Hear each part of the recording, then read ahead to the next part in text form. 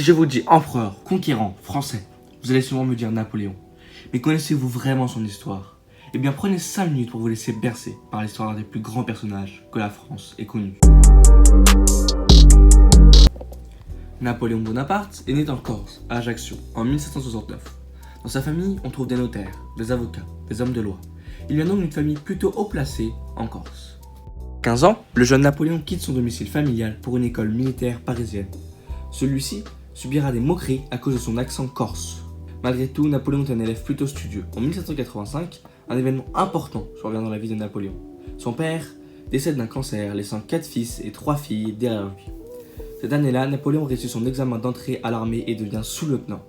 Mais c'est en 1789, à 20 ans, que débute véritablement la carrière militaire du futur empereur, lorsque celui-ci est chargé de la répression de la première émeute de la faim, qui a eu lieu 4 jours après la prise de la Bastille. Napoléon sera par la suite nommé capitaine en 1792. En 1793 a lieu une bataille qui va changer la vie du jeune capitaine. Cette bataille, c'est le siège de Toulon, où Napoléon est nommé responsable de l'artillerie. Celui-ci s'illustre par ses compétences stratégiques et est un des principaux responsables de la victoire des forces républicaines face aux royalistes. Cette bataille fait prendre de l'importance à Napoléon, qui commence à se faire un nom dans l'armée française. En 1795, Napoléon rencontre sa future femme, Joséphine de Beauharnais, avec qui il se marie en 1796. Cette même année, Napoléon sera nommé général de la petite armée d'Italie, dans le cadre de la campagne d'Italie. Napoléon ressort vainqueur de cette campagne qui permet d'établir de plus en plus sa réputation de génie militaire et de le propulser au devant de la scène politique française. En novembre 1799, Napoléon effectue le fameux coup d'état du 18 Brumaire, ce qui le propulse premier consul à seulement 30 ans. 2 ans plus tard, celui-ci se déclare consul à vie. Enfin, le 2 décembre 1804, Napoléon se déclare empereur. Son couronnement a lieu à la cathédrale Notre-Dame de Paris. Napoléon fait venir le pape de Rome pour le couronner, mais couronne lui-même sa femme, devenue impératrice des Français. Dès 1805, Napoléon voit l'Europe s'allier contre lui, avec notamment la bataille d'Austerlitz, où Napoléon affronte le Royaume-Uni, l'Empire russe et l'Empire autrichien. Napoléon ressort vainqueur rayonnant de cette bataille, décrite comme une des plus grandes victoires de l'empereur. En 1808, Napoléon cherche à prendre le contrôle de la péninsule ibérique. Il envahit l'Espagne, force le roi Charles IV à abdiquer et place son frère Joseph sur le trône d'Espagne. En 1909, l'Empire atteint son apogée. La France compte 130 départements, avec un territoire qui s'étend de Hambourg à Rome en passant par Barcelone, et compte plusieurs États vassaux comme l'Espagne ou l'Italie. Avant de parler de la tristement célèbre campagne de Russie, nous allons voir les réalisations de Napoléon Bonaparte. Napoléon crée le Code civil en 1804, puis fonde les lycées la même année. Il commence de l'Arc de Triomphe de la place de l'Étoile en 1806 et enfin, il instaure le baccalauréat par décret en 1808. En 1812, Napoléon se sent menacé par un rapprochement entre la Russie et le Royaume-Uni. Sentant la guerre inévitable, celui-ci envahit la Russie.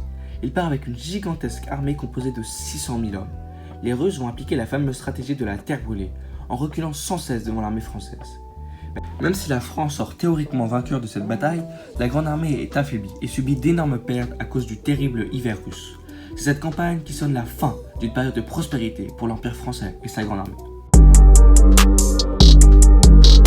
En 1814, une alliance entre le Royaume-Uni, l'Empire russe, l'Empire autrichien et le Royaume des Prusses défait Napoléon durant la campagne de France. Celui-ci est forcé d'abdiquer en avril 1814, puis est exilé sur l'île d'Elbe, une petite île au large de sa Corse natale. En 1815, Napoléon décide de revenir en France afin de prendre le pouvoir. Celui-ci débarque sur les côtes méditerranéennes et remonte peu à peu vers Paris, en ralliant un grand nombre de personnes à sa cause. Il reprend le pouvoir en mars 1815, pendant une période appelée les 100 jours. En effet, environ 100 jours plus tard, en juin 1815, Napoléon subit une terrible défaite à Waterloo, contre une nouvelle fois une alliance des forces anglaises, russes et autrichiennes. Napoléon abdique une nouvelle fois et est déporté sur l'île anglaise de Sainte-Hélène, située au beau milieu de l'océan Pacifique. À partir de 1819, la santé de l'ex-empereur se détériore et Napoléon finira par mourir en 1821.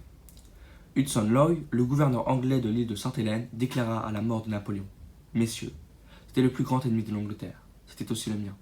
Je lui pardonne tout. À la mort d'un si grand homme, on ne doit éprouver que tristesse et profond regret. »